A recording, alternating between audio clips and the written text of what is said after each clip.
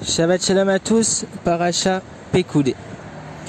Donc dans cette paracha, sur l'ordre de Moshe, le compte de l'or, de l'argent et du cuivre donné par le peuple pour la construction du tabernacle est établi. Betsalel, Oholiab et leurs assistants façonnent les 8 vêtements du Kohen, qui sont le tablier, le pectoral, le manteau, le diadème, le turban, la tunique, la ceinture et le pantalon, suivant les instructions reçues par Moshe dans la paracha Tetzavé. Les éléments qui le composent étant achevés, ils sont apportés à Moshe qui érige le tabernacle et le consacre en lui apposant l'huile d'onction, ainsi qu'à ses ustensiles.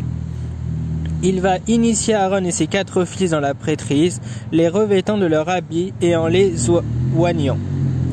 Alors, la nuée couvrit la tente d'assignation et la gloire de l'Éternel emplit le tabernacle. Cette paracha conclut le livre de l'Exode, Sefer Shemot, second livre de la Torah. On va maintenant réfléchir à une explication sur la paracha. Donc comme on l'a dit dans le résumé, après avoir énuméré longuement les dons offerts par le peuple juif, les différents ustensiles et la structure même du tabernacle, Moshe reçoit désormais l'ordre de construire effectivement et de mettre sur pied le Mishkan. Cependant, devant le poids des différentes poutres et la complexité, Moshe Rabbeinu ne sut pas comment procéder à l'édification. Akadosh Baruch Hu lui dit alors « Fais le maximum de ce que tu peux et le Mishkan s'élèvera ».